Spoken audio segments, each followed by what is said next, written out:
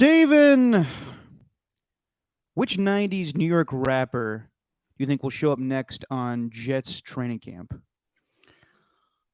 Ooh, that's a good one. Had a wink to think about it. Ice Spice. Oh, wait, it's 90s rapper. Yeah, and who the hell is that even? Ice Spice. She's really popular, Derek. You should check her out. I've heard the name, but that's not in my wheelhouse. I can't think of any that are actually like Jets fans, like Method Man. No one's ever really been. They've never shown off about their Jets fandom before, so I don't know who would it be. It's happened a lot now. Well, you got Method Man from a couple weeks ago. Then last week, Q-Tip showed up to Jets camp. So I'm Q-Tip? like, Q-Tip showed up. Yep. Really? Yep. Wanted to check the rhyme and check the vibe. Huh? Yeah. Came up and said, "Can I kick it?"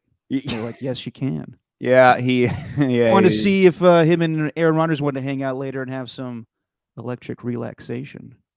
That's probably too far. Let me tell you about a story back in the day on the Boulevard of Linden. Okay. If you had to, this guy's not a rapper, but I always confuse him with. I guess you can consider him a rapper, although I wouldn't. Ralph Macchio, the Karate Kid, showed up to Jets training camp. Saw that one. What? How am I? Why would I? Of course, I won't think he's a rapper. What am I supposed to say? Well, no, but sometimes, I confuse Ralph Macchio with this guy wasn't a rapper, but I guess you could consider him one in the early '90s. I often confuse Ralph Macchio with. Do you know this guy? Rico Suave. Yes. You were. How? How do I confuse the two? Yes.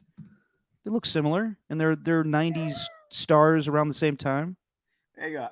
So you're telling me this dude? We're going. Ralph Macchio, who was my cousin Vinny. That's how I know him. I was a big Karate Kid guy. So you're telling me this dude looks like Ralph Macchio? Fucking the crap out of me. What? You're telling me this guy looks like Ralph Macchio? What I'm show Ralph Macchio too. All right. Well, I can't show them side by side. I'm not like I'm not some producer extraordinaire guy. Yeah, where's your Pat McAfee split screen skills? I know I can't. Well, we need another producer. I don't. Yeah. I can't do everything. Damn it. I think I'm right in my comparison of the two. Well, when I search up Ralph Macchio, that's all that comes up is a bunch of pictures of him going old or young to old. I don't know if you're in that. I don't know if you're. I don't know if you're there with that comparison. All right. I guess I'm alone there. Welcome to Just Your Opinion, man. Stephen Langford, Derek Papa. It's been a week. It's been a week since we've done a pod, and we're glad we're back. And if I look distracted, I apologize. I'm like Jack Black in his diary episode. I'm gonna get that fucking fly. I'm gonna get it. Stephen knows what I'm talking about. But yeah, a lot of celebrities showing up at Jets practice. Did you watch the last Hard Knocks? What was it? The second episode? Second episode. When I watched it. I was really tired, but I watched it. Yeah. I thought it was interesting. They kind of acknowledged the fact that the offensive line's not that good. Robert Saleh dropping as many fucks as you can fit in a 3-minute span. It almost reminded me of The Wire. You've seen that scene in The Wire where it's just the two cops and they're like, fuck. Fucking fuck. Yeah. Fuckity fuck. That's just it seems to me that they need to address some things with the offensive line because a lot of good teams last year, we were talking about a lot of good teams that were on paper, and then when they got to the regular season and their offensive lines were shitty, that was the reason why they weren't good. So it's telling that they would address that in a episode. But I will tell you something that's a bigger deal in the world of the Jets training camp, Steven.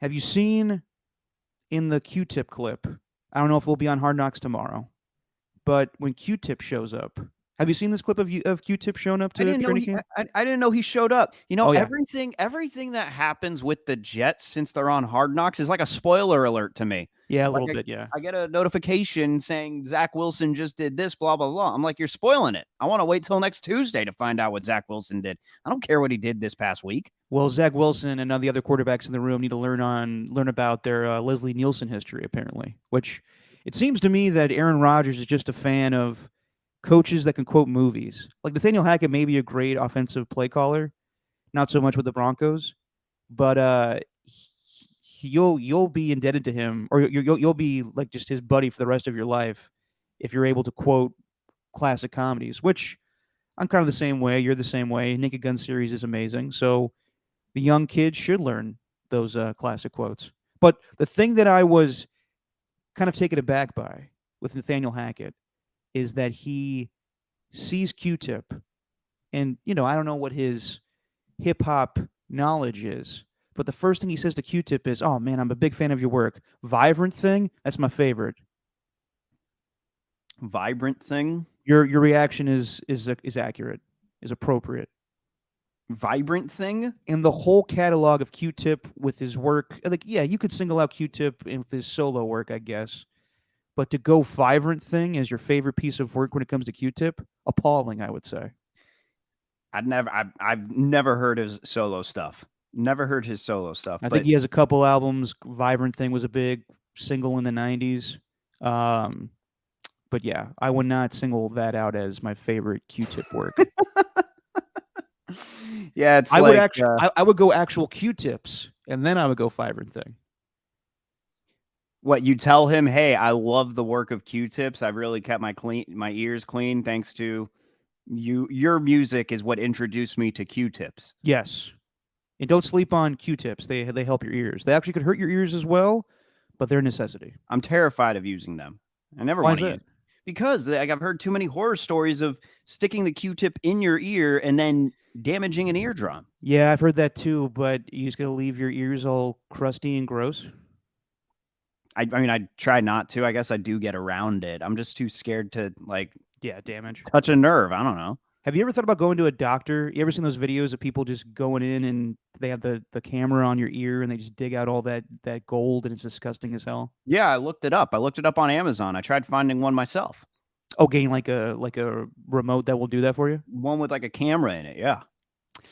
Yeah, I don't know if I could do that. I'd be down to go to a ear cleaning, but yeah, I don't want to be like, oh my god, all that shit's in my ear. What have I been doing all this time? Well, maybe that is for the best. Better late than never. That is true. Do you think Q-Tip's ears are clean?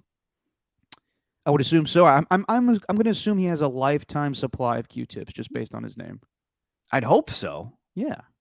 It'd be like if you're a rapper named Kleenex, but you still need to go to the store to grab a tissue. That wouldn't be a bad name, Steven. Kleenex. CLEAN-X. Kleenex. And then you can get a Kleenex deal with it. Yeah, you could think of some good rhymes. Damn. Kleenex. What am I doing working in radio? I need to be a radio or a music promoter. I need to be a marketing genius because you need to be an A&R. One of those snazzy record executives. Just real quick to end on this note. Do you think when Ralph Macchio showed up, people knew who he was?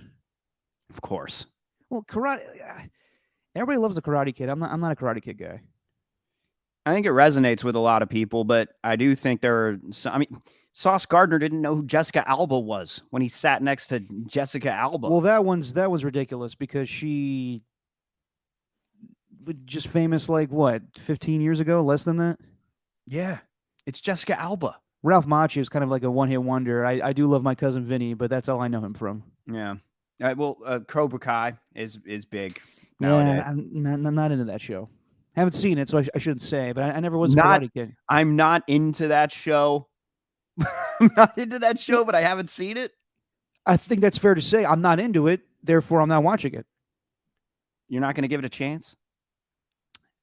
No, because I don't watch things that don't pique my interest, and you're not gonna sweep the leg. Not gonna. Don't even get your references. All right, whatever. All right, we got a lot to talk about. Let's get to it. Just your headlines, man. Is it my turn? It is your turn, my friend. All right, give me the music. Oh yes, the royalty-free rock music. We could probably use other music, and we just should play something until we get in trouble. Maybe something from Vibrant Thing. Ooh, Vibrant Thing. Do. No, Ernie, I'm not watching the Twisted Metal show either. That looks like crap. Anyway, just your headlines, man. The wait is finally over, Steven. Damian Lillard traded his basketball in for a microphone as his new album was released, Don Dalla, featuring the new single, Mike Breen. How about that?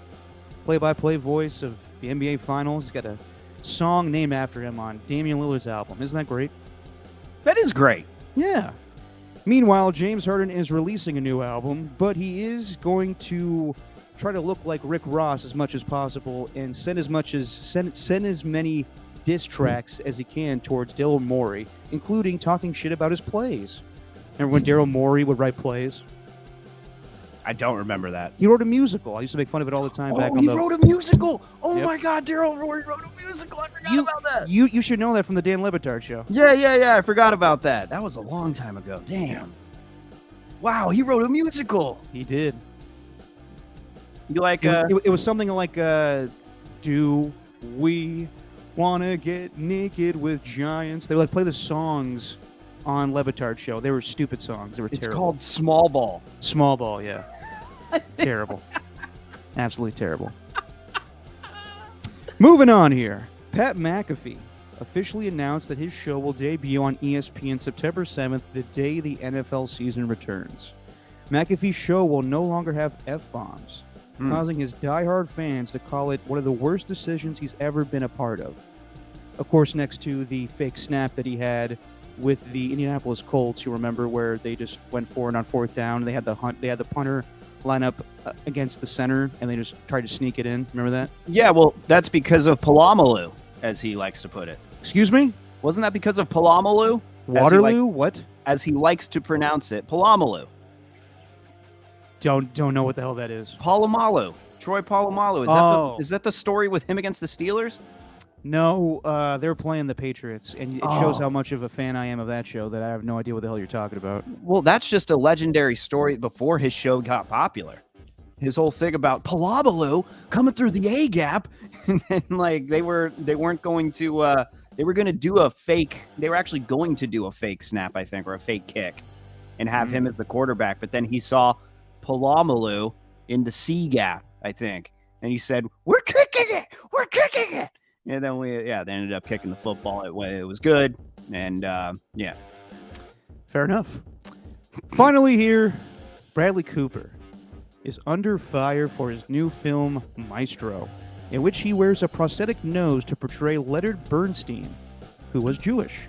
People are calling it Jewface, in which Bradley Cooper replied, "Well, I can understand people are offended, but no one said anything when I made Lady Gaga wear a prosthetic nose on A Star Is Born." She's got a big schnoz. What is this, Maestro? I've never heard. It's a Netflix movie that's coming out. Well, okay. As a Jewish man yourself, how do you feel about that? It's not that big of a deal, honestly. Like, I've seen what the guy looks like, Leonard Bernstein. He had a schnoz, and it's an accurate portrayal. It's, I'm Jewish. I think I have a fairly normal nose. Some people have schnozzes. It is what it is. There's definitely been another movie in the past where someone's used a fake schnoz, right? Oh God, yeah. Like what? All of a sudden, Are you telling me Lady Gaga didn't wear a fake nose in Star Is Born? She's got a big nose. I'm looking at it now. She's Italian. She's not Jewish. I'm looking at it now. Kind of looks like the real guy with that, though. See, that's what I'm saying. As long as it's like people that were up in arms about Brendan Fraser, oh my God, he's wearing a fat suit. You got to be accurate to the portrayal. Otherwise, people are like, well, I'm not buying this shit. Yeah, and it's just cool ass. What's his name? Stu from The Hangover. What's his name from The Hangover? Damn it, joke ruined. No, Stu was the guy that was lost. No one remembers his name in Hangover. He was just Phil. douchebag number one in Hangover. Phil. Steve Martin. Yep. True Blue Forever. Steve Martin in the movie Roxanne. He had a big old schnoz. It was part of the joke. More one and cheaper by the dozen too. Not many people know that. No, he didn't. You're just saying that because he had a big nose. No, he didn't. He didn't wear it. Have you ever heard Paul Rudd's big nose joke in the Between Two Ferns? Yeah. Okay. Yeah. I'll just let people watch that one. Yeah. Yeah. As a Jewish man myself, it's a hilarious joke. Yes. All right, Steven. Should we get to some preseason football? Preseason football. Thank right. God it's almost over. Seriously. I've been watching, but at the same time, I'm like, this is, as I've always said every year, this is just a fucking tease, and I just want it to be over already so we get to the actual thing. But real quick, just your thoughts from the 49ers preseason game. Besides the quarterbacks, did anything stand out to you? Yeah. Well, I was actually going to frame it to you this way. I didn't really tell you before, but it did involve the quarterback though. But I think there are three things that have stood out since the start of this preseason, and I just want you to answer whether they're overreactions. I'll go with the quarterback last. Okay. But number one, this Ronnie Bell guy. Yeah, he's been killing it in preseason so far. Is it an overreaction to think that this dude will be playing some meaningful snaps in the regular season already, if he even makes the roster? I would say it's not an overreaction, but it could happen just because he's performing well in preseason. And although I would say let's not get ahead of ourselves, just because a year ago everyone was like, well, Danny Gray is going to be the guy. And Kyle Shanahan's not a big play rookies type of guy. Right. Now, they did sign Anthony Miller today, so I think that they're just going to have some insurance in case that Ronnie Bell doesn't play very well to start.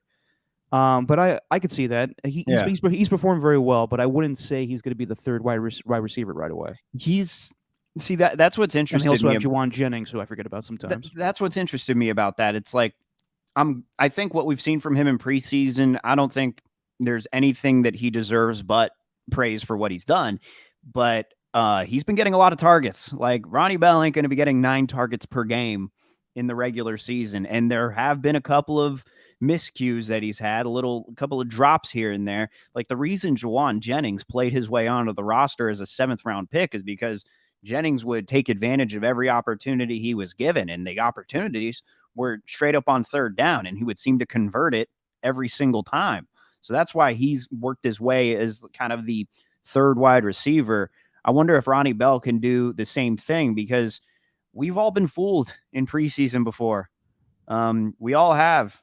I know this is a different case, but like when Jalen Hurd played in the preseason, there was a reason everyone was so high on him. It was because of what he did prior to the regular season. I don't know what to make of it. I think he's played real well, but like if we're going to go off that, then fine. But I don't know where his place would be on this. I just don't think we're going to be getting as much Ronnie Bell as we think we're going to get based on what's happened in the preseason. That's just it.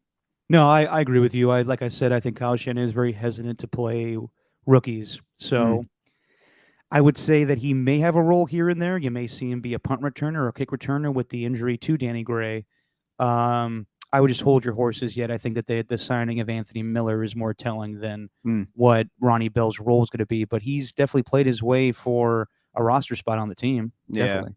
I think Anthony Miller, too, was signed because Danny Gray and his injury, what happened with that shoulder, him not having a collar, or him not breaking his collarbone, only spraining the AC joint or whatever. Everyone becomes a sports doctor out of nowhere after those types of injuries. Another one, Jake Moody. He has relieved any doubt after that game-winning 32-yard field goal at the end of Saturday night. Definitely not, because he missed that extra point as well. And here, I have a question for you. Yeah. Is it more important to give Jake Moody a easy field goal to win a game in preseason than it's more important to give Trey Lance a opportunity to score in the red zone at the end of the game? See, I think it is. I think it is because they're going to Jake Moody's the starter. He's the guy. Is Zane Gonzalez still on the team? Yeah, he is. Yep. He is. Okay. And as the Ernies remind us every day, there's Robbie Goldwatch. Yes, there is Goldwatch still there. He's a free agent. But, God, even after watching that kick, I think there's some concern there. Maybe it will take some getting used to. Your dad and Tim Ryan spoke about the Santa Clara Wind like no other broadcasting duo has spoken about the Santa Clara Wind at Levi Stadium before. You mean G-Pop and T-Rock? G-Pop, and T-Rock. But they were making some good points, though. Maybe it's just going to take some getting used to when he's at Levi Stadium. And I also think that maybe well, not Pop, there was a Taylor Swift concert here a couple weeks ago. Yeah, like what did that have right to do you with? are, T-Rock. Right you are. What did that have to do with anything? I don't know. But I don't know. but like they've had a couple of weeks. This isn't that thing in Mexico City where like the field was in turmoil because they just had a concert there the night before. But I do think based on what we've seen so far, I don't know how you can't be concerned about Moody right now. They took him with a 3rd round pick. He hasn't looked comfortable yet. He's done everything that's necessary in practice. But if we are going to sit here and analyze these quarterbacks and say, well, it shouldn't matter because practice is practice, that might be the same thing for Moody. But man, when you're in game situations, it's different. And so far, it don't look great. Yeah, when you have a young quarterback and a great defense, sometimes your best friend is a reliable kicker. Yeah. And if they don't have one, that's going to be rough. I'm not worried yet just because young kickers have that issue sometimes. Like Chris Long last week said, they're idiots for the Niners drafting a kicker. You never draft a kicker because that's all they care about is making kicks. They'll get the anxiety. Where you need to draft a guy like Sebastian Janikowski. He doesn't give a shit. He just wants to drink PBR and kick all day. Mm-hmm. And yeah, I mean, people forget though that Seabass missed a lot of field goals his rookie year, and he was drafted in the 1st round, 11th overall, which was fucking nuts. Yeah, that's the way it's. There's nothing that's gonna ever compare to that. No, it was insane. But I would say that's not the most important thing right now. I would think that you want Jake Moody to make some sizable field goals next preseason to alleviate some tension there. But at the same time, I don't know, like, was the most important thing to get the win in the preseason game? Like, you could have made the argument to me that I want to see a little red zone with Trey in the end. Maybe that's what they think of Trey. Like, they just don't need to see him in the red zone, and they just don't want to bother. They want to focus more on their starting kicker, and maybe that's not so much an indictment on Moody. It's maybe how they feel about Lance, and just, all right, we don't really need to see that. Well, do you have a third overreaction? Yeah, that was just the 3rd one was going to be Trey Lance, and he silenced any of his critics once and for all with that. Absolutely not. I would say that nothing's changed as far as the quarterbacks. Brock Purdy started the game, and he looked great. He was 4 for 5 for 67 yards. And he wasn't afraid to get hit. He looked good. I like that little play action fake, the little shallow cross with Deebo Samuel. I thought that was a good play. It's great play design. He looked good. He looked really good. Sam Darnold, didn't look as good as last week in my opinion, but still looked fine. That interception wasn't his fault. It wasn't Ronnie Bell that had the ball hit him in the hands and it popped up. Not his fault. Thought he had a couple of good 3rd down conversions. The Spider 2Y banana was an easy play for him to throw to the fullback. So I thought he looked good as the backup quarterback. Then Trey Lance came in the 4th quarter, and he looked better than last week, but that interception on the screen was terrible. There was a couple of passes that he threw that were dropped by DBs that could have easily been picked off. He had a good couple of, that 2-minute drive and the touchdown pass to Cameron Latu, I want to say his name is. It was a wobbly ball, but he completed it. And then, I would like to see him get a little opportunity to score a touchdown at the end of that game, but you want to give Jake Moody a little more confidence. I would say that Trey looked good, but he didn't look what he needed to be playing against 2nd stringers and 3rd stringers, and that's not a huge indictment on him, but nothing really changed my attitude. So I would say I still feel the same way as I did a week ago with that.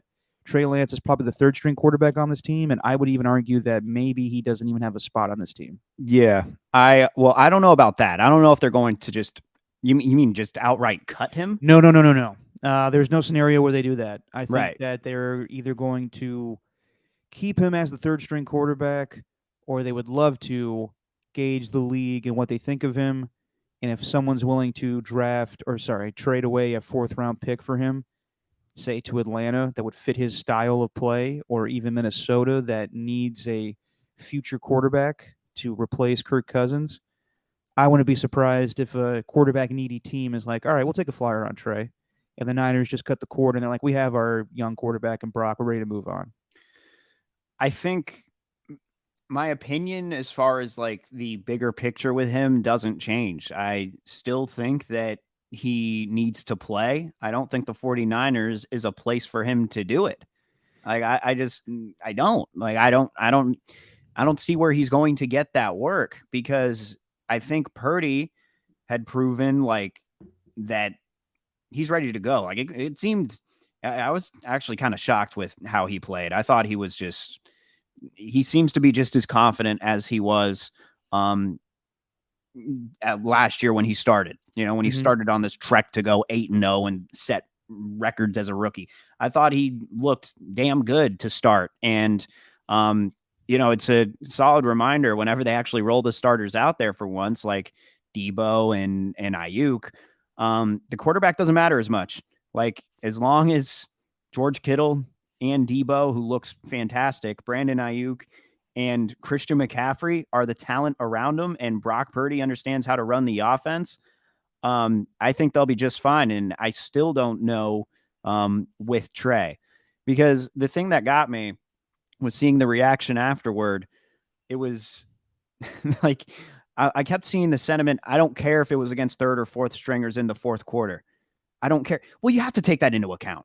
You can't just say, I don't care. It's really like saying with all due respect and then going on to say something super mean and just acting like, yeah, well, you know what? I said with all due respect, so it doesn't matter. Like, no, you still called me an asshole. With all due respect. With all due respect. You're an asshole. Yeah. What is that? What? Pardon my French, but you're an asshole, sir. It's just like, I don't care if they were against 3rd or 4th stringers. Well, you got to at least acknowledge that it was against 3rd and 4th stringers, because I didn't know any of those players on the Broncos that were playing in that 4th quarter. Well, yeah, I mean, you can use that argument at the same time. You could acknowledge that when he threw the terrible interception on the screen pass. Like that. See, there you go. So some of the reaction around it, everyone was really going nuts, and I understand why. But I think also, like, next weekend or next Friday, really, I guess it's this week, but I wouldn't be surprised if they rolled out Brandon Allen, gave him a few snaps just to see, like, hey, can this guy be like a 3rd-string quarterback? How does he run the offense just with simple plays? Kyle spoke to Tolbert and Copes last week, and he told them that I almost forgot Copes' name, like Matt Mayoko.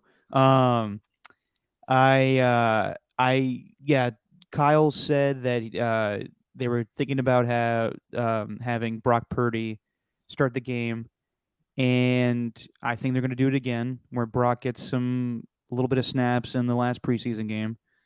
I'm with you, Steven. I think that it's going to be Trey. I think it's going to be Brandon Allen. I don't think Sam will play in this next game, if I had to guess.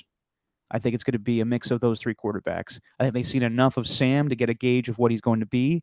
I think it's where they need to see between Brandon Allen and Trey Lance who could be the 3rd-string quarterback on this team.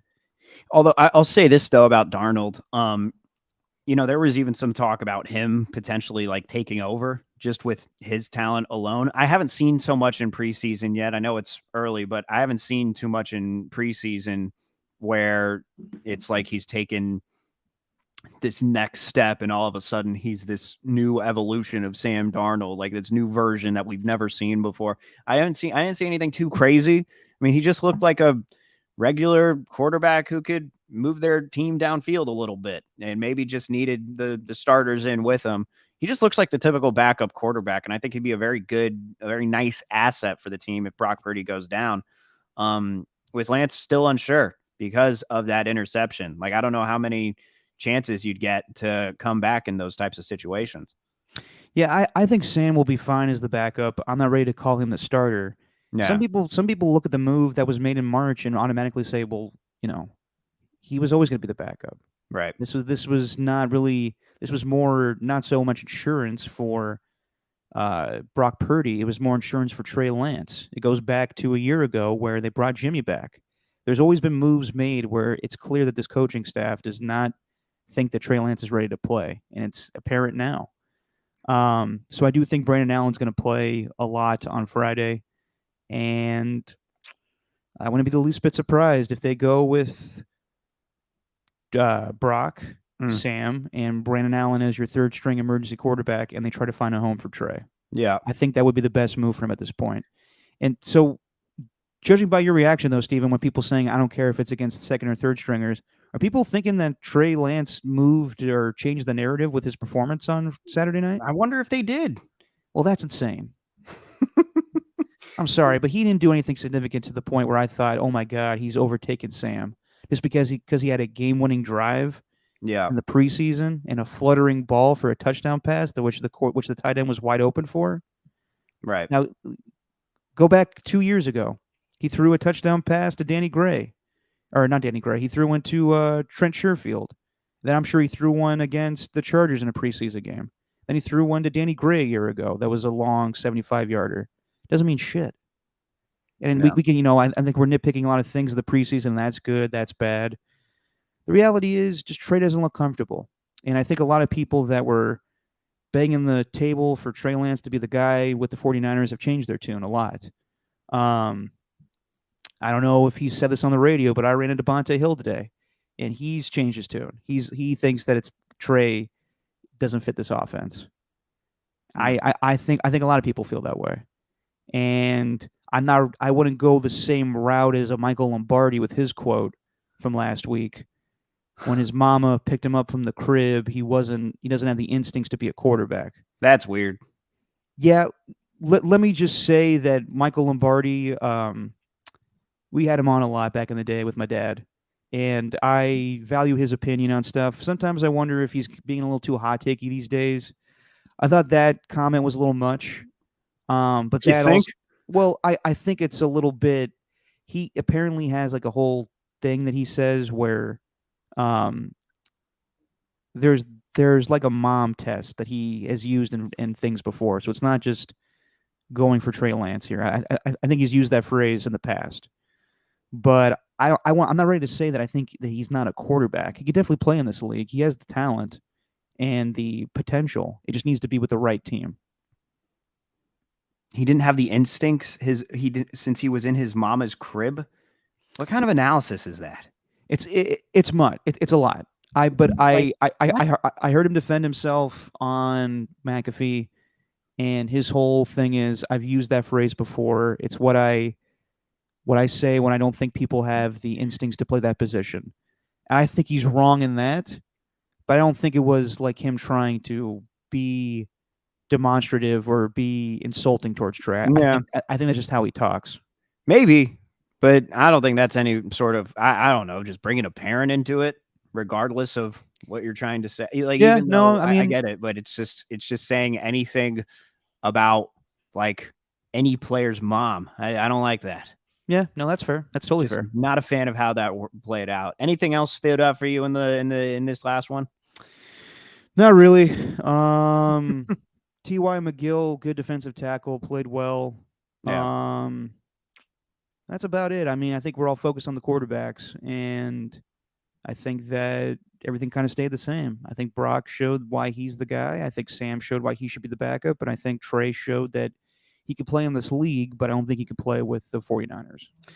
Interesting. I also think too, man, I don't know what it is with these guys in the 49ers front office, but they seem to really have their finger on the pulse of what makes a great NFL linebacker straight out of college.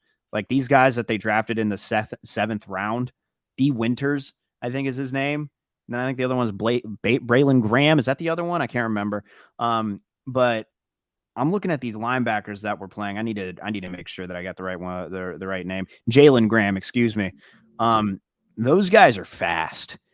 And I don't know what it is about this 49, like John Lynch and Adam Peters and these guys, what they're looking at, but these linebackers have impressed me so far. I do think that the same thing that hindered the Niners defense, if there was anything to nitpick from, it's letting quarterbacks run, which they did let Russell Wilson do at the start a little bit. And I don't know. I guess if that's like the one thing, the one concern about your defense, then you got a pretty good defense. If that's your one area of concern, but it doesn't seem like from last year to this year that's changed or that's improved, because they still let Russell Wilson run a little bit. But those guys, Winters and Graham, they've been impressive so far. I'm going to flip over to the Broncos real quick because you and I will be watching them week 1 against the Raiders.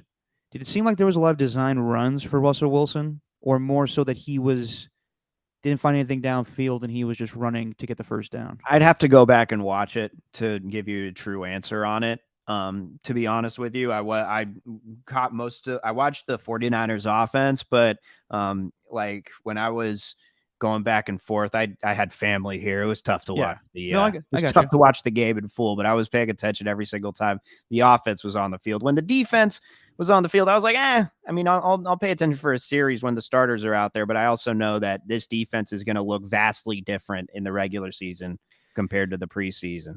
Well, just to focus on the Broncos real quick because they were playing the 49ers. Mm-hmm. We haven't talked about this, but there's a sternness to Sean Payton besides his bashing of Nathaniel Hackett. He's got a whole rule now where people aren't allowed to wear, as he puts it, Gilligan hats, or as most people call them, just the I can't even think of the term, but regular, just the Gilligan hat. Yeah, Gilligan hats. But there's another term for it I can't think of at the time. Tom Tolper wears them all the time, just like the sun hats. I think you could rock one. Oh, I've thought about it. Have you ever tried? I'm really smart about the sunscreen these days with the bald head. Bucket hat. Thank you, Ernie. Those aren't bucket hats though. It's a different kind of hat, isn't it? Same thing. Is it? Yeah. Is a Gilligan hat a bucket hat? Oh, I guess it is. Yeah. Huh. I thought it was like one of the bigger ones. I don't think I could pull that off. Yeah. I'm much more of a Bruce Arians cap kind of guy. Okay. Just have my scotch, have my cigar, and have my cap. Win or lose, we booze, baby. That's me doing the gif of Bruce Arians, my favorite one ever. In the hat. Yeah. Where he looks to the side quickly. Okay, you know what? If we're gonna call it a Gilligan hat, let's at least make it a modern reference. We'll call it the oxymoron Schoolboy Q hat. How about that? Okay. Anyone who listened to Schoolboy Q, I remember for back in the day, would understand. Man of the Year. Yep. Yes, Man of the Year. Yeah, I remember that one. Mm-hmm. Sean Payton has some weird rules, and I'm not ready to say this yet, but there was a part of me watching the Broncos where I was like, seems that Jarrett Stidham is really more comfortable in this offense than Russell Wilson is. And I'm not ready to go there yet, but I wouldn't be surprised if at some point they're not, like, Sean Payton to take this job to be like, well, I gotta, help out Russell Wilson's career. Like, he took this job to have a job again. I wouldn't be surprised if Russell Wilson struggles again, that he's like, well, fuck this. We got to pull the cord, put Jarrett Stidham in there. Well, good luck with that, because... You think I'm wrong? No, I don't think you're wrong. It's just Stidham is fine, but he's not going to put that team over the top. No, he's not. They would look for something better, and I think that's truly why Sean Payton wanted to go to the Chargers, because you can't argue against Justin Herbert. He settled on the Broncos because they gave him the money. But I'm sure there's a part of him that's like, if I can't make this guy better, then we're not rolling with him. God, man, that's waving the white flag, though. Like, that's just but he didn't come there. He's not there to resurrect his career. In some cases, yes, but also if he would be the type of guy to be like, I tried, I can't do it. This guy sucks. And Peyton does have all the power, and that's really what he wanted. But man, that just kind of cements that move as one of the worst trades in football history. Oh yeah, like I'm not even scared to go like that far into saying, like, I know we don't try to live in absolutes on just your opinion, man. We kind of just try to keep it opinions. Well, this is my opinion. That would go down as one of the worst trades in history if you go with Jarrett Stidham over Russell Westbrook to start this year. Wilson. Well, not this. What did I say? Westbrook? Yeah, you did. Sorry. I wouldn't be I wouldn't be surprised by that, and I think that yes, you would have to make the argument that's one of the worst trades of all time if that happens. And then you got to wonder about Russell Wilson's career if that happens. Mm, Would he just be like, I'll go into TV, yeah, and then you got to wonder if people buy him as a TV analyst because how bad his career went. But yeah, I don't know. yeah, I think this is huge for him this season. yeah. Are we going to see Russell Wilson do his 1-2 step on his way out the football world? That'd be Ooh, interesting. well done there, Steven. By the way, here's that whole list of stuff with Sean Payton. Uniforms off after you're done playing, no sunglasses, no bucket hats, and no interviews during the game. The no interviews and the uniforms off, whatever, but no sunglasses and no bucket hats. Yeah, I don't get that whole thing. Like I believe me, I love me some Sean Payton, but I don't know what he's doing. He's this is I'm not ready to say this yet. Like I don't think it will go this bad. But the whole vibe I'm getting from him the second time around in the NFL for Sean Payton is it's coming off a little Gruden-y. Yeah. Yeah, but Gruden wasn't that bad though. No, Gruden was a tyrant, but they're kind of out of touch with what's going on today. And not to say like he's out of touch, but at the same time, like, what are these rules? You're talking about grown ass men. I hate the fact that your entire head is getting blocked by the sun. No bucket hats. Only visors, because I'm Sean Payton. Now, what if they went to him and they were like, "All right, coach, we'll abide by your rules, but you have to abide by ours. When you're talking to us as men, no juicy fruit." Is that what joke is that? What's that referencing? If you've seen an America's Game with Sean Payton, he's all about juicy fruit. He needs to have a piece of gum in his mouth while he's coaching. And God forbid a coaching intern gives him spearmint, he'll spit that shit out and tell him go get the right stuff. The juicy fruit that lasts like 10 seconds? Yeah, but he'll chew on it even without the taste. Ugh. He'll well, I mean, he will. The whole point is like his intern will pack like 30 pieces of gum for him, so he can just go after one after. He's a freak. He has like OCD while he coaches, but he's anal about the juicy fruit. Well, what kind of gum does Pete Carroll chew? Doesn't need any. He's throwing no look passes that look as beautiful as they did last week. Looks better than Russell Wilson. He might as well trade for Pete Carroll right now. Might as well. Flip over to the Raiders. Yeah, flip on over. All right. Jimmy played and actually played pretty well, but he didn't push the ball down the field. It was a nice, what was it, 4 for 4? Yeah, 4 for 4 for 39 yards. Yeah. You have the open pass to Jacoby Myers and Philip Dorsett. He looked good. He looked solid, but I wasn't really like, oh my God, this is a new Jimmy Garoppolo. Yeah. Well, I love that throw that he made, that 18-yard pass where he's essentially falling over. My favorite part though is that how you analyze that type of throw, which is the right way to do it, but it's Garoppolo. See, this is why the Raiders like Garoppolo. Stood firm in the pocket, delivered a strike, managed to get the ball in for a first down. I'm like, well, he doesn't have many other options other than to stand in the pocket. He's not going to move out of it. Yeah. Like, what's he going to do? Scramble? Of course, he's got to stand strong in the pocket. If he couldn't stand strong in the pocket, he wouldn't have a job as an NFL quarterback. Like that's all he can do. What's he going to do? Run all of a sudden, run to the outside? I mean, we've seen him do that a couple of times. Not exactly go for a run, but we have seen him evade pressure and escape it or whatever. But no, he looked fine. I think that. But the true takeaway, the one takeaway that I think anyone would have from this game, it's the Aiden O'Connell thing. Yeah, dude. Like, I know that you and I were curious about him, and we reached out to our buddies Alon and Aram that watched him in college, and they were like, "This guy's slow. He looks pudgy." That may be the case, but he's wowed me. Like it's night and day between him and Trey Lance. Aiden O'Connell looks confident and comfortable, and that touchdown he threw to Cam Sims, beautiful. That was overturned. Even the one he threw to, who's the new guy that actually looks pretty good? Trey Tucker? No, Christian Wilkerson. Mm. He looks all right too. He could be a practice squad guy. There's a lot of depth in the wide receiver room, especially if they keep Hunter Renfrow. But it's amazing. Like, I know that the obvious comparison is going to be Brock Purdy.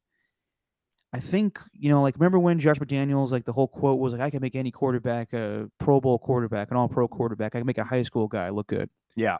I think sometimes these geniuses like Kyle Shanahan and Josh McDaniels, they just look for a guy that can run their scheme.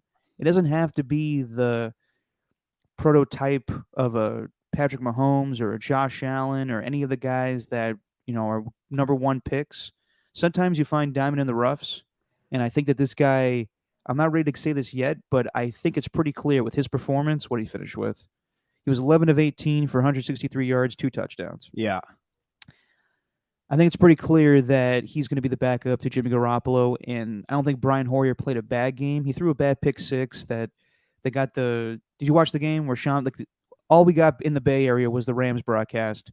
Yeah. So we got Sean McVay on the mic while the players going like, "Yeah, that's my guy, yeah." Yeah. Yeah.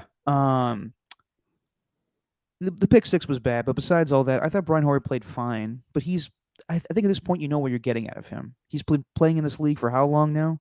Forever. Exactly. So I think that Raider fans would feel comfortable with Jimmy as the starter, obviously, Aiden O'Connell as the backup, and Brian Hoyer as your third string emergency guy.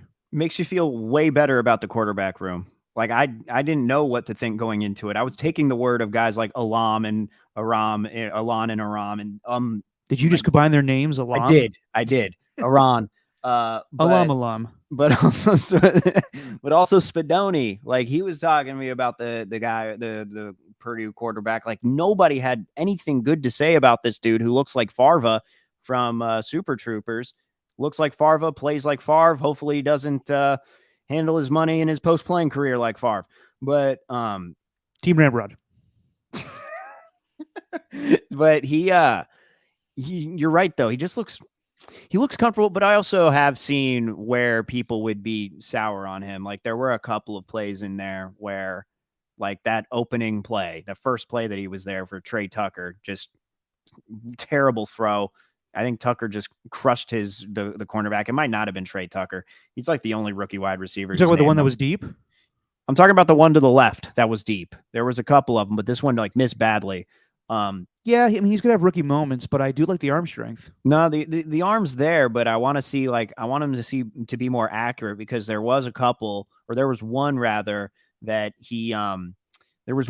where he managed to, I forgot who it was, the receiver, but he got him in the seam, and it looked like it could have gone for a touchdown had he placed the ball at a certain spot. But it also makes you think, like, this is why the Justin Herberts and the Joe Burrows and the Patrick Mahomeses of the world are in that tier one of quarterbacks, because they probably would have put it in a spot where it would have been a touchdown. If he just needed to get it out a tick early and throw the ball a little deeper.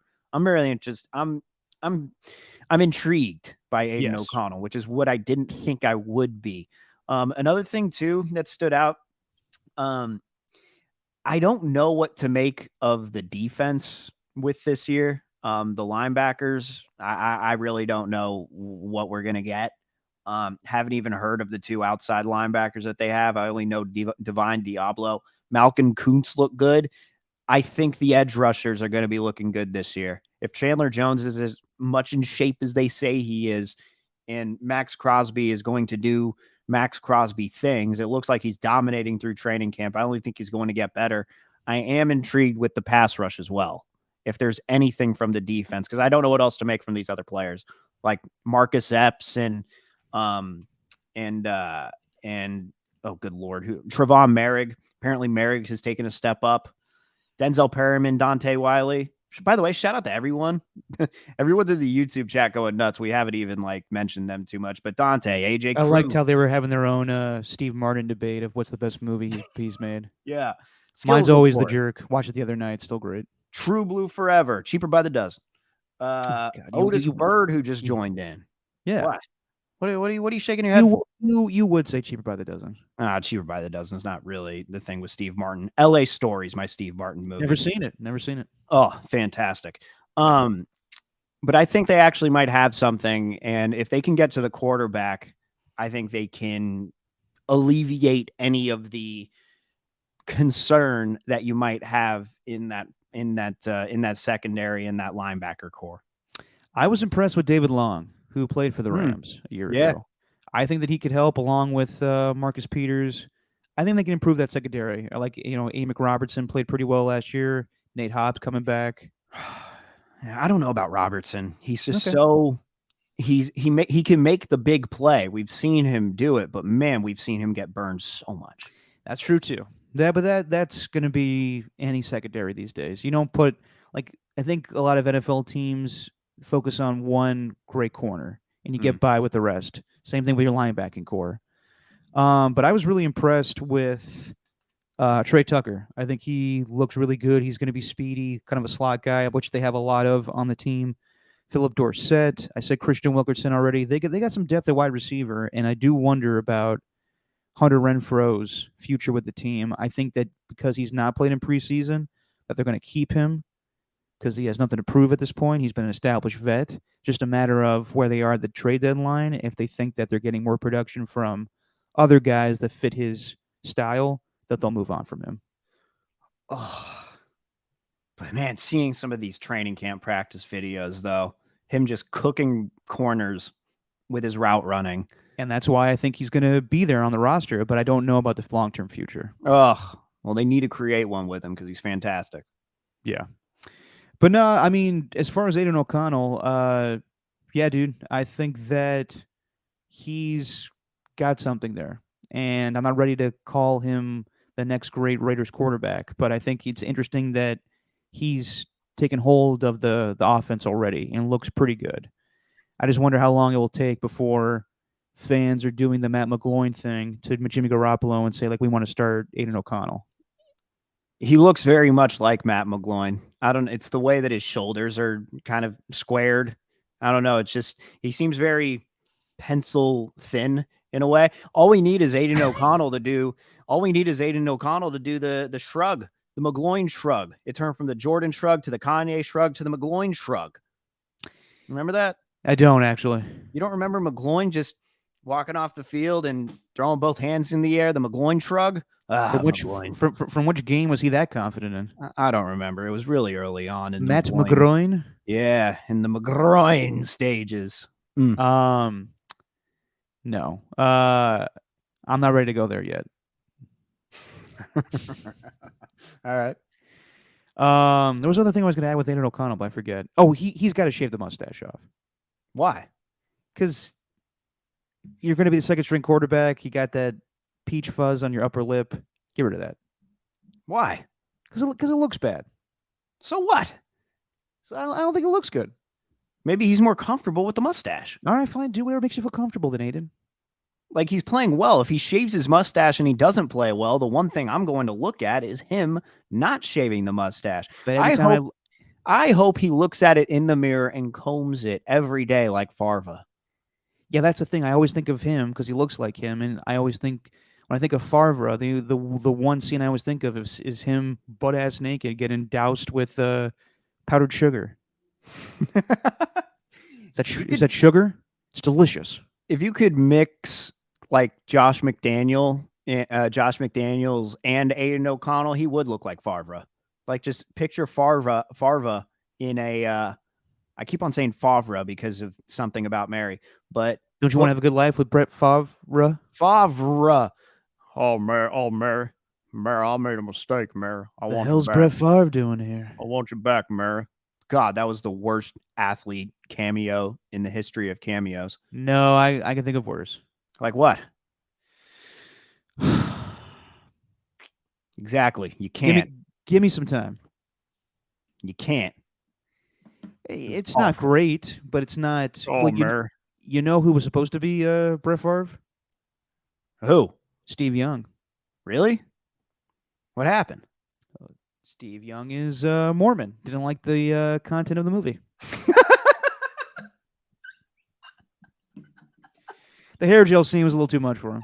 I could see that. Yeah.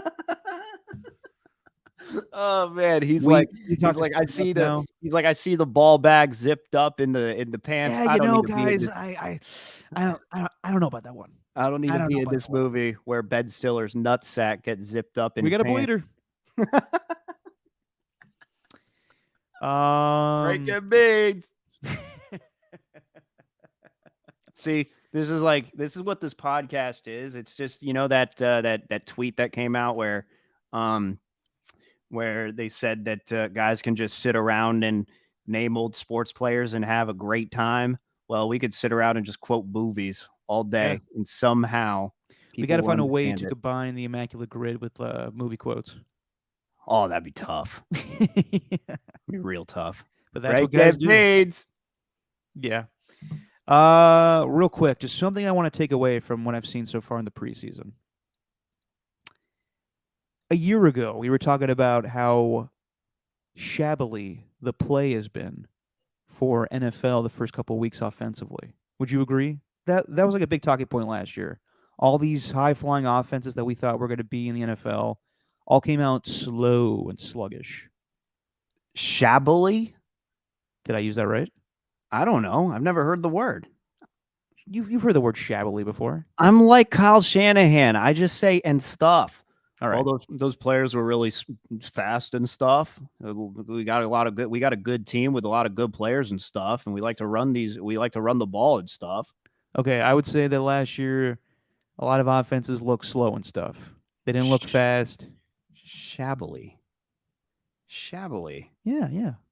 Look in a way that looks untidy and in poor condition because things have been worn or used a lot. See, I'm not dumb. Nice. Well, no, I don't doubt it's a word. AJ Cruz is like shabbily's a word. I get that shabbily's a word. I just never heard it before. And I never heard Derek use it. Shabbily? I know you're impressed, huh? Wow. I've been reading the dictionary, Steven. Anyway, try to break a middle sweat. See, that's all we do. We could be Jets head coaches at this point. Mm-hmm. I just thought a lot of offenses looked slow and not ready to play right away. And I'm glad that I think a lot of coaches have noticed that last season, and more starters are playing just one series. Like Aaron Rodgers is going to play this Saturday, which, could be risky, but maybe worth it. A lot of starting quarterbacks are playing. I think it's the right thing to do just to have a game rep. Just a little, a little bit of, getting your feet wet a little bit of, adjusting to game speed, not just sitting out the whole practice or not just sitting out the whole preseason, just playing in practice like Matthew Stafford did a year ago, which could be the same thing for the Rams because that's just Sean McVay's philosophy. But I think a lot of coaches are going back to the old school ways of saying, if we're only going to have 3 preseason games, I want to see my starters play a little bit. So I'm glad that they're doing that. Yeah, those offenses won't be as shabbily when the regular season comes around if they manage to do that. I like it. Yeah, no, I'm conflicted with the preseason because there's times when I just don't want the preseason to exist. I'd rather have them do just joint practices, maybe for 2 days a week. You don't even need preseason games, but maybe you do. I go back and forth. I'd like to see how that pans out because I think last year didn't the Chiefs played? Didn't the Chiefs play a lot of their starters in preseason? They usually do. Andy Reid's old school, and he likes playing his starters in the preseason a little bit. I think there was like a few teams that used their starters, and then that kind of amplified the noise from that crowd of you should play starters in the preseason. Yeah, I'd be interested to see if there's any kind of change of just the level of play, at least when the regular season comes around based on that. I hope so. I don't think it's going to be coming out high flying and anything, but I think it's going to be a little sharper play. I mean, you saw like every year Mahomes play, like, they lose Mahomes, the season's over. But every year Mahomes plays a little bit in the preseason, then he comes out week 1 last year against the Cardinals and throws 6 touchdown passes. Right. It's a matter of getting your game reps in. Just like riding a bike, baby. Yeah. Yeah. Some news today. Ooh. It sounds as if, according to a couple of sources, or I guess just the main one, Vinny Bonsignore, says that Josh Jacobs is going to end his holdout. We don't know when, but before week 1, he will come back to the team, and he will play for the Raiders this season. Now, I wonder if he's going to sign that franchise tender that gives him $10.1 million this year, or if the Raiders are going to be inclined to give him a little bit of extra money. But it sounds as if Josh Jacobs is coming to his senses that I'm not going to get what I think I deserve, which, it's sad, and that's just the way that the market is for running backs. But I think it's in the best interest of him to play this season and not pull Le'Veon Bell. Now, he did tweet out something, I guess, that said, I didn't say that. I didn't say I'm coming back. But then it was quickly deleted. I think that everybody that's in his camp or corner is telling him it's the best interest of you to come back and play. And I think it would be beneficial for the Raiders to kind of mend fences and give him a contract that he would at least be happy about this season. Well, I also think that this preseason, I think they wanted to see if Zamir White could take over as that number one running back and looked like he could just, like, I think what they want to see is basically from preseason, if you're trying to have anyone be a starter, what they want to see, especially if it's a guy like Zamir White, who's taking over for Josh Jacobs, who led the league in rushing last year, what they'd want to see, you probably wouldn't understand this analogy, but they'd want to see him act like Lionel Messi in Major League Soccer and what he did with the League Cup. Exactly. They'd want to see him just toy with the defense, especially if that defense is rolling out third and fourth stringers. Haven't seen that yet. And I think that based on what they've seen from preseason from their running backs, I have a feeling they were also more inclined to say, well, yeah, we're probably going to need Jacobs back on our team, and whatever security that he wanted, which seemed to be the sticking point in their negotiations. I don't know what it is in terms of the average annual value or whatever, but maybe they up the total guaranteed money, and maybe they could come to an agreement. But I also think Jacobs is just watching these other running backs, and it's just like, what am I doing here? Like, am I really going to take this year off? Just not going to play when I have the potential to make multi-millions of dollars. And potentially with this team, they don't look all that bad right now. And hey, if I'm with them this season, maybe we can go a little further than people expect. There's probably a few factors at play. And I think that the team's success is really predicated on Josh McJacobs a little bit, where they could get by with Zamir White, as I've said in weeks past, but I don't think that they'll be a good team. They'll be an okay team, but it's a very competitive AFC West and a competitive AFC, but I think if they get Josh Jacobs, they'll improve their chances. And let's just be real. Whether it's Jimmy Garoppolo or Aiden O'Connell, they're going to need Josh Jacobs. Well, like Jimmy Garoppolo is not this amazing, 30 touchdown quarterback. They need a running game. And it's funny that the two running backs that are holding out, Josh Jacobs and Jonathan Taylor, we'll get to him in a little bit here, pretty much their success is predicated on the running game. Like, yeah. I think Josh McDaniels wants to have a passing offense, but he knows that their best way of scoring points right now is having the league's leading rusher in Josh Jacobs. Well, so that's also how they maximize their offensive line. Yeah. Their offensive line may not be the greatest at pass blocking. There's no doubt about that. And that's why there's some concern about Garoppolo. But as far as run blocking goes, they were one of the better offensive lines in the league. You don't just have some sort of leading rusher in football because your offensive line is putrid. No, they were really good in run blocking. Like, they seem to be in sync. And along with this guy, I think it's Greg Van Roten, who's a veteran lineman. I think he's going to be their starting guard this year. It seems like they expect this to be a run it down your throat type of team. Oh, what did we call it last year? We wanted to call it something different last year. No, you did. You were all about down the gullet. Down the gullet. Run it down. Run it down the gullet. They're going to be a run it down the gullet. That's your thing. They're going to. It can be yours too. It's all of us. We're one team here on Just Your Opinion, man. We're all one gullet. Yeah, we're all one gullet. It's the run it down your gullet offense. That's what I think the Raiders want to do. No, they do. And I think that it would benefit them to get this guy in camp already. I just don't want him to show up the weekend of, week one. Because usually when that happens, then they're like, this guy's not ready to play. Like, we'll have to keep him out for a week. That could happen with Bosa, too. I think that you'll see something happen with Nick Bosa pretty soon here. Same thing with Josh Jacobs. But it can't go much longer than that.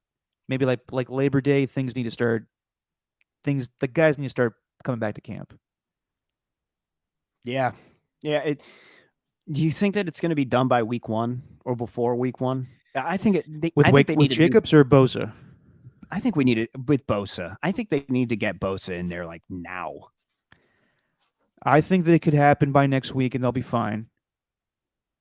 I'm not worried about Bosa. I think Bosa will get his money. I think at the end of the day, John Lynch will be like, we just got to pay this guy as the highest paid defensive player in football. And that's just the end of the day, the end of the story. Now, once Bosa gets paid, that's where I think things get tricky with Chris Jones, because then Chris Jones will want to be in the same kind of area where it's already reported that he wants to make Aaron Donald money or surpass that. And I don't think the Chiefs are going to be willing to do that with what they're giving Patrick Mahomes. So I think that it could be very likely that we see Chris Jones get traded. Wow. And that would change things in the AFC West. And then bringing Josh Jacobs wouldn't be too bad of a move if you brought him back on that type of money. Yep. As far as Jonathan Taylor, I guess the news today is that the Colts have given him permission to seek a trade. And this is a big jump from almost a month ago where Jim Irsay said, we're not trading him. He could be dead. I'll be dead. We'll all move on. Now they're giving him permission, and I think a lot of people are kind of like overreacting to this news. I think it's just because the Colts are fed up, and they're going to tell Jonathan Taylor, go ahead, see what you get. They must have some knowledge that he's not going to get what he thinks he deserves on the open market. Yeah. So I think this is just a total. I think this is the same thing as the Chargers telling Austin Eckler earlier this year. Go ahead, see what you'll get, because you won't get what you think you're going to get. Now, there's some reports where the Dolphins may want to trade something away to get him. It's all about what contract they're going to give him. I think, like, if you're, like everyone compares it to a year ago with McCaffrey getting traded away for multiple draft picks that kind of equal the first round pick. I could see the Dolphins being like, we need to run the football, but I think they could get by with Raheem Mostert and who's the guy, other guy, Wilson. Jeff Wilson. Jeff Wilson. They also got the guy that just got hurt, the rookie, Devin Achane. I think they'll be fine. I think some teams look at Jonathan Taylor as a game changer, but would they be willing to trade away multiple picks and then pay him as the highest paid running back in football? I don't think so. So I think this is Jim Irsay and Chris Ballard's attempt to be like, go ahead, Jonathan, because I don't think you're going to do this so late in the game. Like, in order for Anthony Richardson to have success this season, they do need a running game. And I think Shane Steichen took this job to have it similar to be like Philadelphia, where he can rely on a run like a bell cow running back. And if they don't have Jonathan Taylor, I think they're screwed. So I would not be the least bit surprised if Jonathan Taylor, in a week's time or less, comes back with his tail between his legs and says, I couldn't find a deal, so I'll just play what I could get with you guys. Or if he does, he won't be going to a contender, because what the contenders have already done has made up their running back rooms so they can maximize the value of what they're getting while not having to really pay them too much. Like, there's no teams that are desperate for a running back right now. And yeah, of course the Colts would test him on that. Like, why else would you just let a guy like that get requested to be traded? Jonathan Taylor is a very good back. Like, it's actually crazy to think that last year in fantasy drafts that he was like the number 1 overall pick for a lot of leagues, because it's Jonathan Taylor. You don't let a guy like that just walk. I agree. There's no shot in hell that they just think, yeah, he'll probably go somewhere else. We're okay with just letting him walk. Like, no, that's not going to happen. No, I don't think so. I think one team that I would look at that's not like a good team that may overpay for him would be like the Panthers, just because Frank Reich knows him from Indianapolis, and Miles Sanders is not the best running back, in my opinion. I think he's fine, but if you want like a bell cow, Jonathan Taylor's the guy. Yeah. I just don't think anybody's going to be willing to pay him what he thinks he's going to make. No. I don't think he's exceeding what Christian McCaffrey makes, and I don't think any running back's going to do that right now. No, I don't think so either. Whoa, whoa. Hang on, Derek. We got breaking news. Breaking news out of the world of sports. Wow. Confirmed by Skip Bayless, Richard Sherman, Keyshawn Johnson, Michael Irvin, new dream team on the new Undisputed, new Lil Wayne intro song, Good Morning, Max Monday, August 28th, 6 Eastern, a.m. Be there. That was my Lil Wayne impression. Do you get notifications from Skip Bayless? Yeah, I turned them on. Mm-hmm. Yep. Yeah, those are three guys that I don't really need to see on TV. I'm just kidding. I don't get notifications. I just opened up Twitter. It was the first thing that Although I do like popped Richard up. Sherman, and I'm kind of not sad, but kind of disappointed he's doing this because he doesn't need to. Man, he's going to be making making a lot of money. That's Of course. number one. He's going to be making more money than he probably would with that Amazon Prime thing. But number But 10 two, years ago, he told Skip, "I'm better at life than you," and now he's in a way like Jonathan Taylor coming back between his tail between the legs, saying, "I got to do what you got to do." yeah, but yes, but he was also 23 at the time and on top of the world. I know. Things can change at whatever age he was. I don't know if he was 23. That's a little. He was young. He was very young. Maybe 26. Whatever. But that's still not going to draw me to it. Skip Bayless is just so I think the word that I'd use is just irredeemable. I just know that everything that he says is a lie. He doesn't believe anything that he says. He's annoying. He keeps on posting these Friday, whatever it's called, drip Bayless with all the Jordans and the nice suits and the chain and everything. He's the worst. So that no guest, you can have any guest from any show, but if Skip Bayless is there, I ain't going. So I'm not going to, I never watched Undisputed when it was with Shannon Sharp. Not going to watch Undisputed now because it's literally just, even there's stories now with Kendrick Perkins coming on and saying he was basically told to lie on First Take. I'm like, this is very bold from the employer that kept you around, even though they've fired a ton of other employees. But he basically said, yeah, I had to say that the Suns were a dynasty when I didn't believe the Suns were a dynasty. That's how it is with Undisputed, man. Like these producers create these talking points and these narratives for their analysts and they'll roll with it. And I hope Richard Sherman doesn't turn into one of those types of guys where he's saying stuff that he doesn't believe. You mean like Stephen A. Smith reporting that Stephon Diggs wants out of Buffalo today? That's my favorite thing. That was my favorite. He report, I have sources. You got to respect my journalism career. I went on Podcast P and I told you. I told you this relationship. Don't you doubt me. God. And I loved your guy, the AI bot, Dove Kleiman, calling him out. Yeah, Dove Kleiman, Dove for Dove. With the most, just the irony, the goddamn irony of his statement. What did he say today? Who, Stephen A? No, Dove Kleiman. I don't know. Dove Kleiman just shared someone's report, said that he shared Stephen A's report, and then said it was Stephen A who got it wrong, and then he blamed Stephen A, even though this is from less than a month ago. I don't think people should overreact to made-up stories from a talking head who desperately has to sell content to keep people watching. The fucking irony. What is he? I think Dove's the worst. I think he's the worst.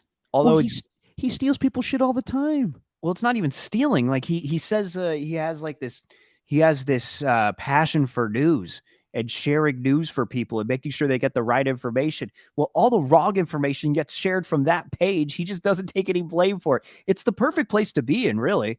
Hey, it wasn't me who said that. I just shared the tweet.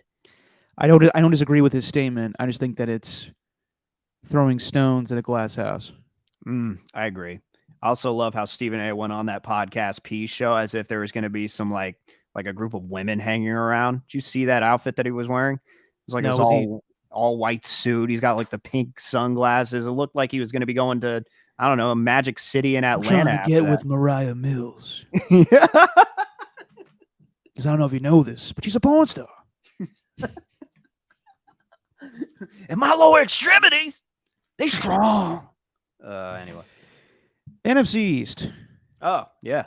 Just your division, man? Is that what we're calling this? Just your season preview, man. Okay. Where do you want to start here? Because last time we did the AFC East, went team by team and decided what are the things that we like about these teams in the offseason and what are things that we don't like about these teams. Yes. We started with feel free to start where you want to, Steven. We started with the AFC East. We'll do the what we don't like and what we do like. But let's start from what we might consider the bottom. I guess this would be the bottom team. The AFC East actually looks pretty good. And there's I I guess the Commanders are playing in a preseason game right now. You mean you're not watching it? I'm not watching it, but I guess Were you watching the Giants and Phillies? I had that on. I peeked over, then I see Kyle Schwarber hit one 700 feet into the third deck. Did you see the ball fall out of Blake Sable's mitt? Yeah, not good. Yeah. Giants are leaking oil at the wrong time. But this is a big game, Steven. Ravens could get 25 straight preseason wins, which is some kind of a record, I'm told. How about that?